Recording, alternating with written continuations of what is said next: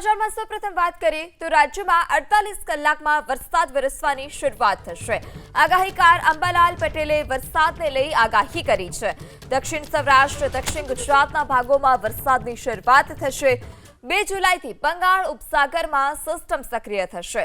બંગાળ ખાડીમાં સિસ્ટમની અસર ગુજરાત પર વર્તાશે। 5 જુલાઈ સુધી ગુજરાત પર અસર વર્તાશે। 5 જુલાઈ બાદ રાજ્યમાં વરસાદનું અંબાલાલ પટેલે અનુમાન વ્યક્ત કર્યું છે। તો આ તરફ જુલાઈના પ્રથમ અને બીજા સપ્તાહમાં અતિભારે વરસાદની આગાહી કરવામાં આવી છે। 12 જુલાઈ સુધી ગુજરાતમાં સાર્વત્રિક વરસાદનું અંબાલાલ પટેલનું અનુમાન। આગામી 48 કલાકમાં દક્ષિણ સૌરાષ્ટ્રના ભાગો, સૌરાષ્ટ્રના અન્ય ભાગો અને દક્ષિણ ગુજરાતના ભાગોમાં વરસાદ થવાની શક્યતા રહેશે। આ ઉપરાંત પૂર્વ ગુજરાતના ભાગોમાં, પંચમહાલના ભાગોમાં, વડોદરાના કેટલાક ભાગોમાં પણ ક્યાંક ક્યાંક વરસાદ થઈ શકે છે। તારીખ 2-3 જુલાઈમાં બંગાળ ઉપસાગરમાં એક સિસ્ટમ બનતા ત્યાંની અસર ભરૂચના ભાગો અને મહીસાગરના ભાગો તેમજ વડોદરાના ભાગો, મધ્ય ગુજરાતના ભાગોમાં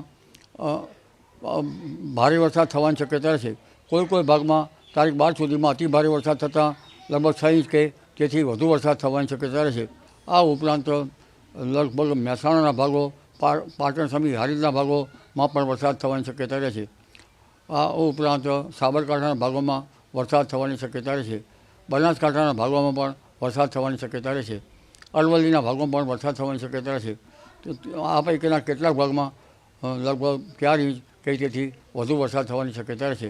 કચ્છના ભાગમાં 2 થી 3 ઇંચ કે તેથી વધુ વરસાદ થવાની શક્યતા રહેશે। અને કેટલાક ભાગો ઉત્તર ગુજરાતના, મધ્ય ગુજરાતના જળ તરબોળ થવાની શક્યતા રહેશે।